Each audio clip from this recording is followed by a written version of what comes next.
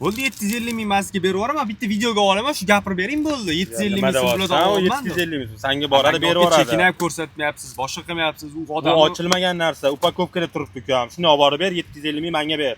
Bu yoqda berib yuboradi senga. Hop, berib yuboraman, yo'lda o'tganimni videoga olaman, shuni gapirib bering bo'ldi deyapman. Nima keragi bor videoni? Olib borib ber bo'ldi, yo'lkadan berilyapti.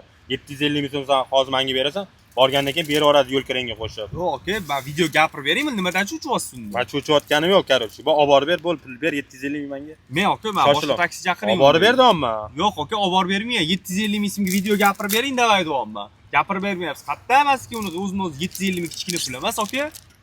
Boshqa chaqiraman bo'lsa, jalba qo'raman, bilganingizni qiling.